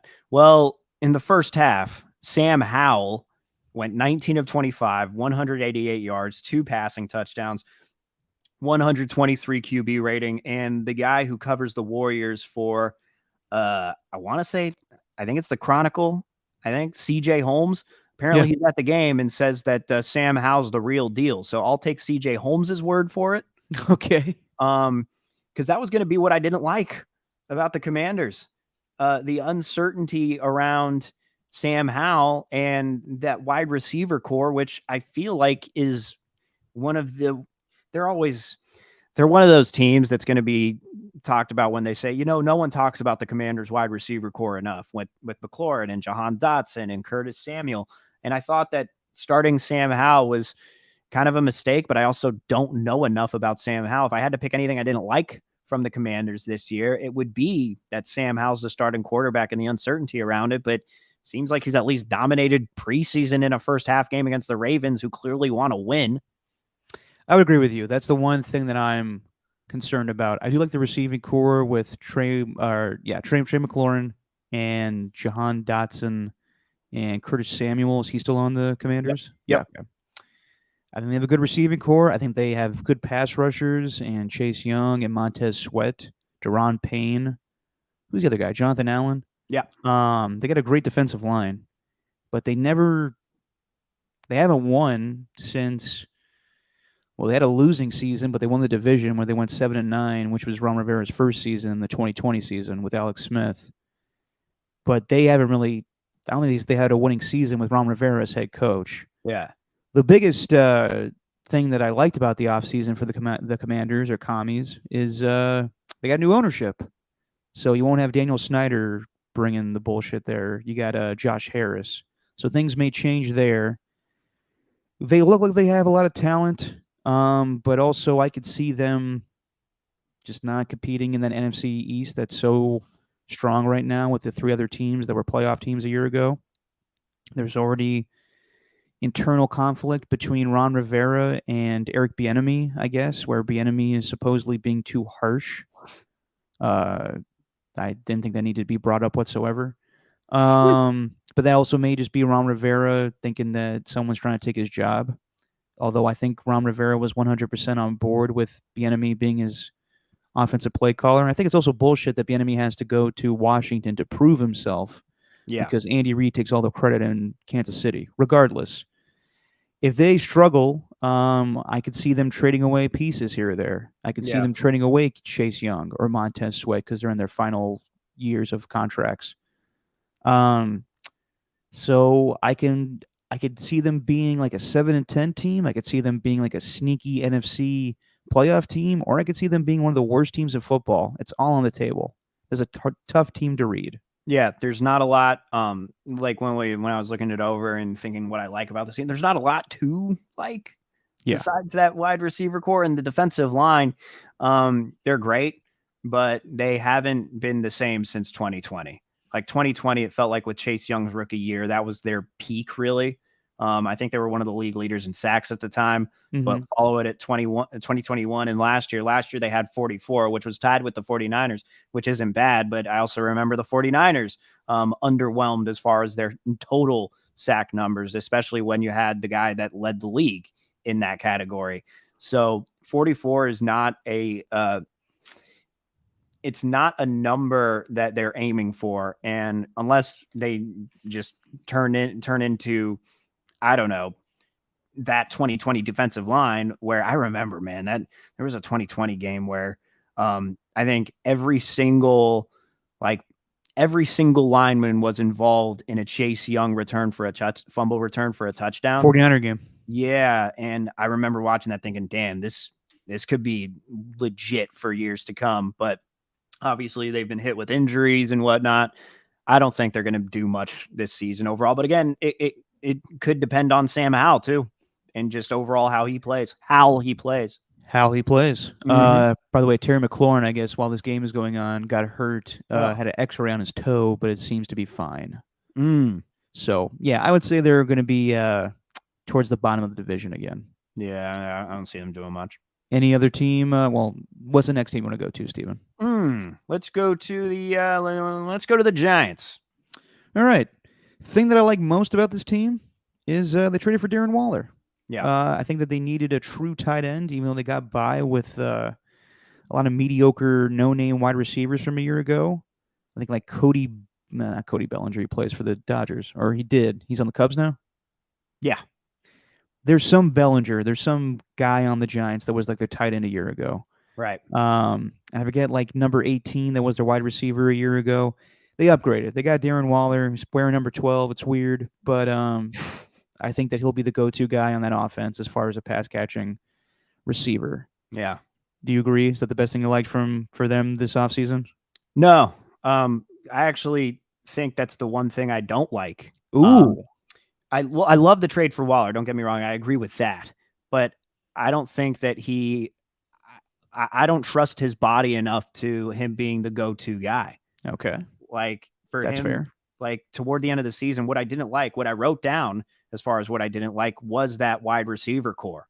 Again, it's just like Darius Slayton and that Isaiah Hodgins, who we both learned about. Hodgins, that was the guy. Who we both learned about last year. Like those Yep. are the start. Okay.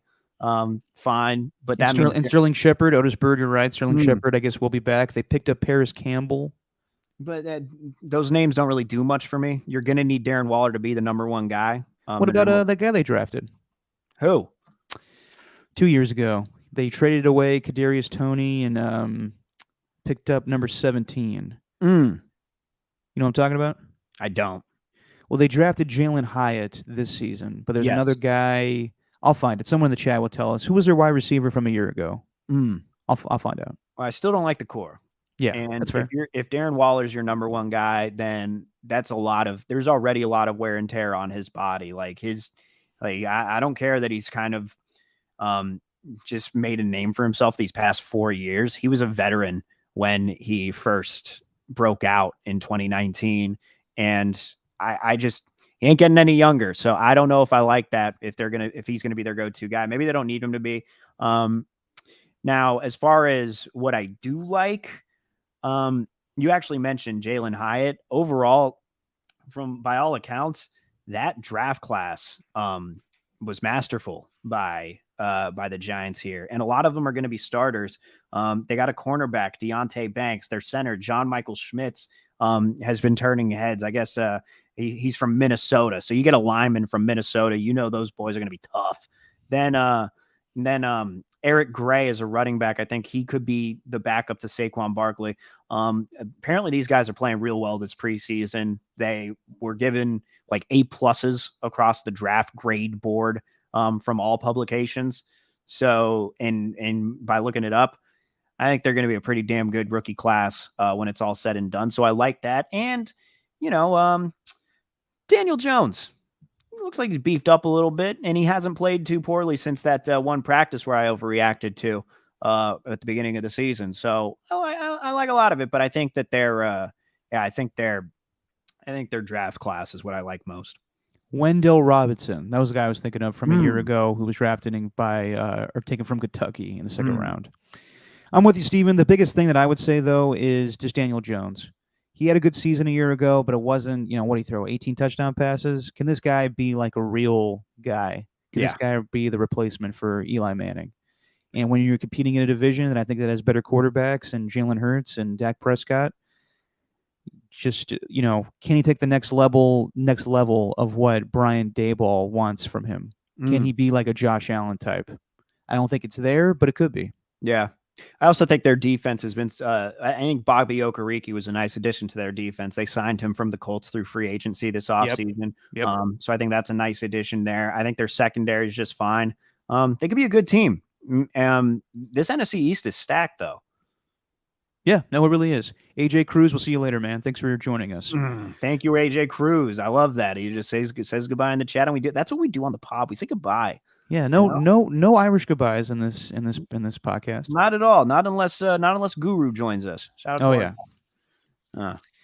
And we're talking about Stephen A. Smith's basketball camp. Anyway, let's go to the Cowboys. Speaking of Guru, the biggest thing that I like about the Cowboys is besides Aaron Rodgers, I think they've had the two best trades this offseason in getting Stephon Gilmore and Brandon Cooks. By the way, did you see the video where Brandon Cooks is a licensed pilot, and before the Seattle game, he flew himself, Stephon Gilmore, and Micah Parsons above the stadium before they played the game? Yeah, it's badass.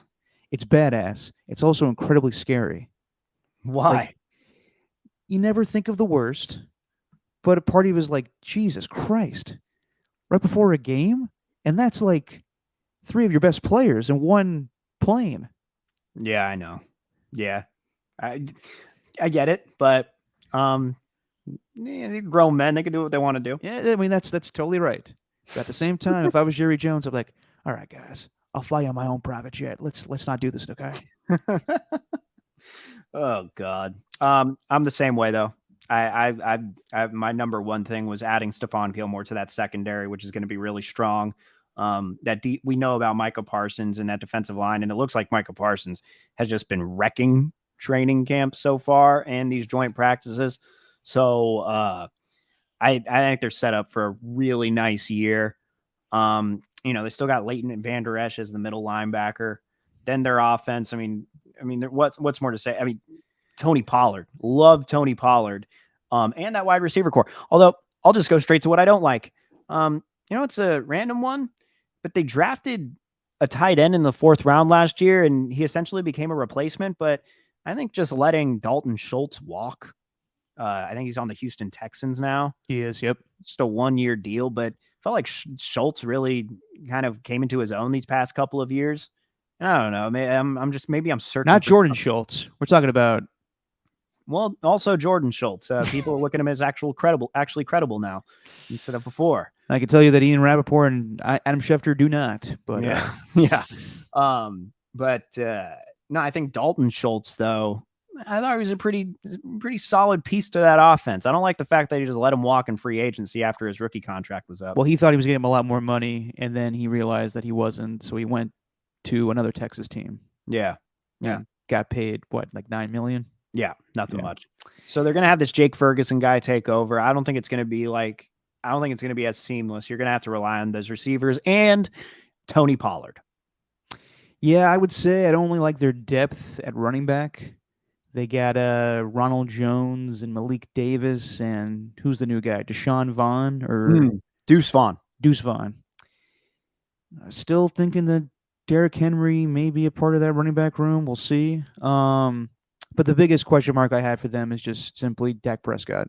He threw a shit ton of interceptions a year ago, didn't play a full 17, and still threw 15 interceptions.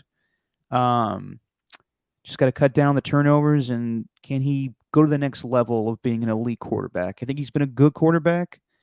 Everybody wanted him to get his contract a couple of years ago. God forbid he didn't. It turned into a thing every day on ESPN. He got paid, and now it's time for him to produce.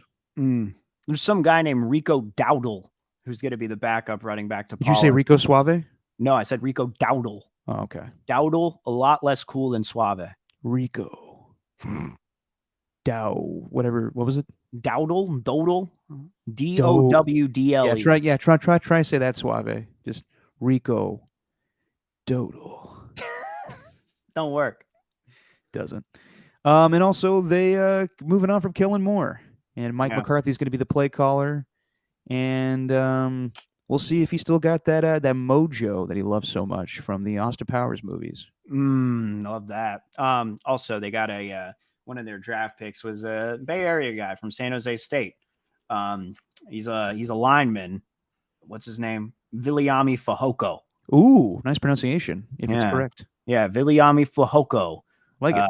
Supposed to be an edge rusher there, just provided depth. And apparently their first round pick, Mozzie Smith, big boy, just wants to hurt people. Well, apparently a lot of people critiquing him right now, calling him a bust already. Really? Yeah. Because he said he doesn't like football. He just likes to hurt people. That's the guy. Yeah, that's him. That's that one guy. Yeah. Yeah, apparently he's not. Well, him not liking football is not working out too well because people say this has bust potential written all over it. Mozzie. Mm-hmm. And lastly, the NFC champions from a year ago, the Philadelphia Eagles. What do you like that they've done, and what do you don't like that they've done? Well, what I like, there's so much to like about the Eagles. Everything that like it. I would say letting Javon Hargrave go, but they seem to have replaced him. Yeah, with Jalen So Carter. with Jalen Carter, so it looks like they'll be fine on that defensive line. I don't know if they're gonna match that 70 sack season that they had last year, but I don't know. they could, but that's not what I'm gonna go with. Well, the only thing I don't really like is that if anything, TJ Edwards went to Chicago. He was a very good linebacker. Kazir White's no longer there.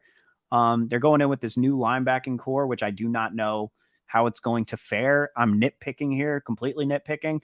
But I also don't know what DeAndre Swift is going to do. That addition, it's a nice piece, but Miles Sanders was really good for the team last year. Had almost 1,200 yards, or had almost 1,300 yards, and was a Pro Bowler. So they got DeAndre Swift and Rashad Penny. It looks like it's going to be a running back by committee. I don't know how that's going to fare this year. I think that, well, first of all, the linebacking room. Nakobe Dean's finally going to play, Nakobe Dean's a beast. and they picked up Rashawn Evans from Tennessee. They also picked up Miles Jack, but he retired today, so his career is over. I would say that everybody that they lost in free agency, I thought that they made a pretty good maneuver or upgrade. I think Jalen Carter was the steal of the draft, and he may not even start on the defensive line this year. Probably won't. It'll be Fletcher Cox and Jordan Davis, and those guys are great in themselves. And then you got Jalen Carter coming in on third downs to pass rush as a defensive tackle. I think they may have upgraded there because Javon Hargrave's a great player, but he's also a journeyman, and he may have just benefited from a great Eagles defensive line and getting cashed in with the contract. Yeah. Nolan Smith, a lot of people thought he fell in the draft. He's going to play opposite Hassan Reddick and Brandon Graham and Josh Sweat. Jesus, like they got depth. They lost C.J. Gardner-Johnson, but they did sign Tremaine Edmonds. I think that everywhere you look, like I wasn't a big Miles Sanders guy. I think DeAndre Swift's an upgrade. Actually, I think he fits their style of running a little bit better. So does Rashad Penny. I just think that you could say like, oh, they lost a lot of guys. I thought that they actually did a very good job of replacing those guys. The only thing I worry about with them is they lost both coordinators. Shane Steichen went to the Colts and Jonathan Gannon went to the Cardinals. And I think that Nick Sirianni is a good coach, but you hear a lot of people also say that he's just kind of a rah-rah guy, and I think that's kind of impossible with him being an offensive coordinator. But if Shane Steichen was really responsible for Jalen Hurts' growth and how that offense ran, then it's going to be a lot on him this year to show that it wasn't just Shane Steichen, that it's also Nick Sirianni pulling the strings and everything. Kind of that Josh Allen year. Once Brian Sable left Buffalo, it's like, all right, let's prove, because there was some of that concern. Like, hey, I don't know if Josh Allen's going to be the same guy with Sable gone. So it is very similar with what? Dable. Why did I say Sable? Because I've got the Giants on right now. I don't know, whatever. Brian Dable, my bad. You look like him. So I hope not. No, that from top to bottom, they're really deep. I fully expect, I really do, barring any injuries significant.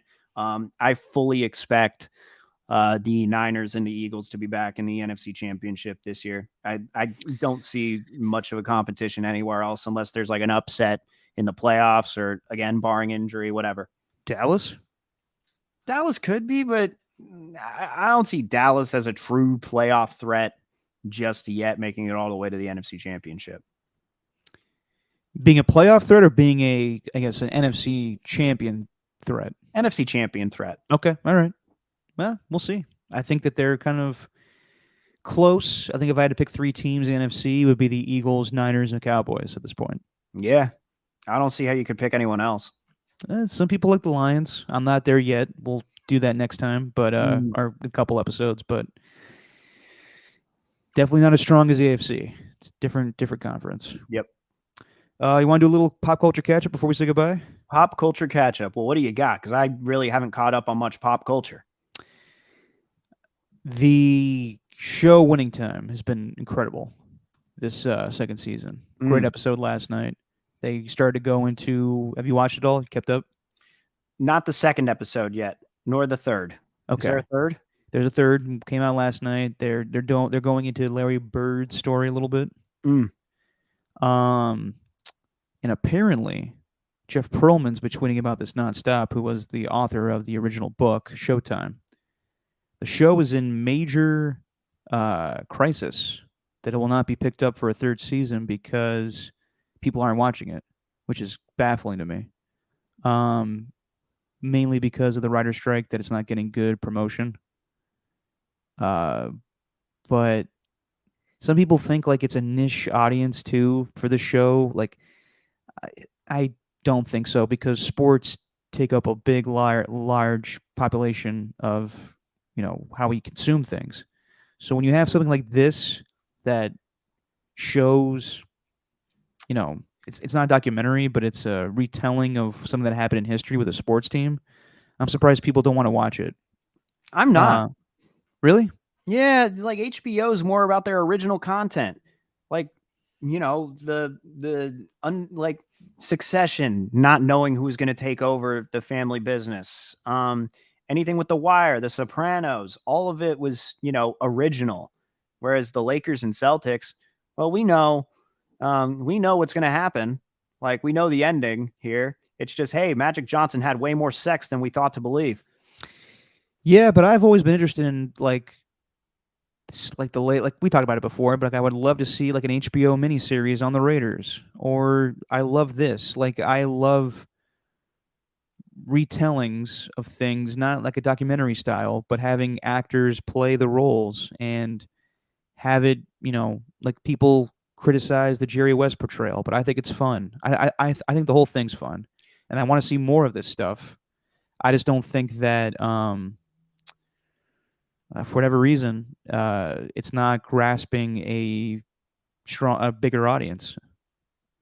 Yeah, and I think a lot of it has to deal with the writer's strike, but also maybe just because, like you said, Steven, people are more into, I guess, the original stories, and that when you are retelling something that takes many seasons to do so, you kind of get stale, and you're like, I already know how this ends. Yeah. I think people just want to find something different. I don't know. Like, I'm not totally surprised by it, but that being said, I do think it's a good show. I don't think it's amazing, but I think it's good, and I'll continue to watch it. And they also, I know Jerry West was criticized because of, or at least how they portrayed that character. But damn, did they get that look right? Oh, he looks like him. ESPN posted a little series of the Pat Riley suits that he used to wear, like the Giorgio Armani suit. Yeah.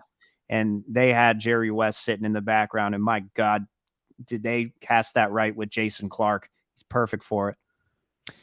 Yeah, I think that they've nailed it. From the actors to, they change a lot of things. They take a lot of liberties with the show, but I think it's thoroughly entertaining. And I would hate for it to end too quickly, because I want to see how they do this.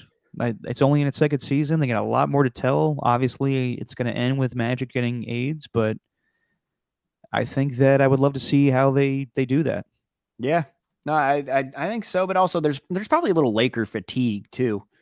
Yeah, but you got to, for trying to appeal to a mainstream audience, you got to make it be a polarizing team. Yeah, agreed. But clearly they're not, because Jeff Pearlman is begging people to watch it. He is, and I'm kind of shocked that it's not gaining the ratings that it needs. But that's just TV for you. Mm-hmm. It may also be an extremely expensive show to make. This is also true. Yeah, it's like doing a movie every week. Right. think they can make up for that though, like all the money.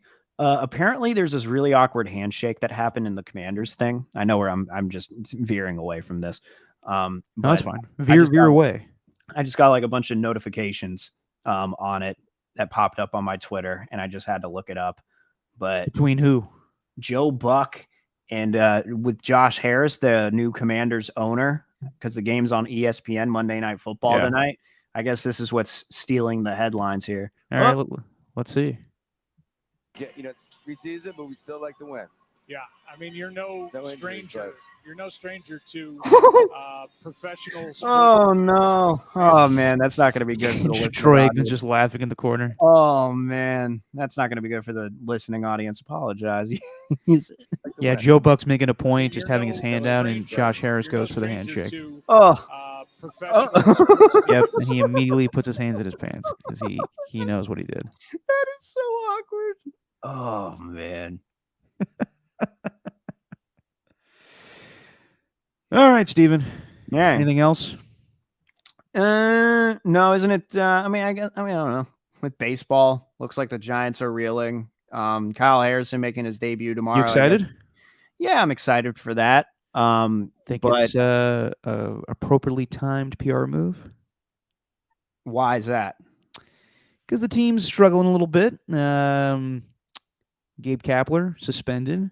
Had a little interaction with Danny Emmerman of KMBR just to, get a little something for the fans to be excited about. Well, that wasn't the suspension for Danny Emmerman. No, it wasn't. The two were totally different instances. And to be completely honest, I thought that Gabe was a little much, but I don't think anything was crazy in that whole interaction. Obviously. No, I think that I don't know if it's a PR move. You're all about the PR move. You think PR moves are a huge thing in sports, which they probably are, but I also think they've been waiting to call this guy up because he got hurt before the All-Star break, and they were going to call him after. Why now? What? Why because now? he's been playing well in AAA, and you don't have any starting pitching. Like they don't have anything. I can argue that the offense is the problem right now, but could you? You don't think that the offense has been the problem since the beginning of July, but really the underlying issue is they don't have a starter, and their bullpen is really starting to wear thin with every single one of these games that are starting with the opener. Yeah, well, that's what happens when you go with the opener every other game. But if I had to say right now, Steven, I don't think the Giants are making the playoffs. No, I wouldn't think so. The Phillies are clearly a better team. That offense can really pick things up. The Giants didn't make any moves at the trade deadline, and it's coming back to haunt them. So AJ Pollock, come on. Yeah. And your guy, Matthias. Yeah, Matthias. But weird situation there, too. They reversed his designation to AAA and said he was on the injured list instead. They needed to do something. And also their rookies are just not showing out. Wade Meckler has not been good since he got called up. It seems like they're just like doing a trial and error thing with these younger guys.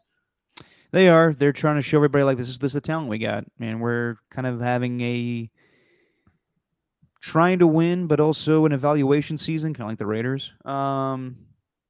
Yeah, I don't see it. I see the Phillies making the playoffs. I see the Reds, and I see the Cubs. I don't see the Giants as part of the mix. I don't see the Cubs. Maybe the Reds. I don't see the Cubs or the Marlins. I just think the Giants are playing really bad baseball, and their schedule gets worse from here. Yeah, it doesn't get easier from it, but could be worse. Could be the A's, who are just already out of playoff contention. Got to make that last dig in there, huh? As a Giants fan. No, I'm just saying, like they're out of playoff contention this early. It's just like Jesus. They've been out of playoff contention since the season started. Not officially, Derek. Yeah, but they knew what they were getting into this year. Not officially. Yeah. Anyway, that about does it. I think so. All right then. What do you want to do this next Thursday? Yeah, Thursday's good. Thursday we'll do. I don't know what we'll do. We'll talk about things that go on in sports and some other things maybe. And if any of you guys want to do, like, have a question towards us, like the Ernies, you know where to reach us. We'll gladly answer your questions. But to the Otis Birds, the True Blue Forevers, the Skills Report, if you guys want to do like a mailbag thing, let us know. We would love to answer some questions for you. I don't know if we'll have good answers, but we'll answer the questions. Boy. Oh boy. Until then, thank you guys as always. Steven, say what you always say. It's whatever. This is our video, man.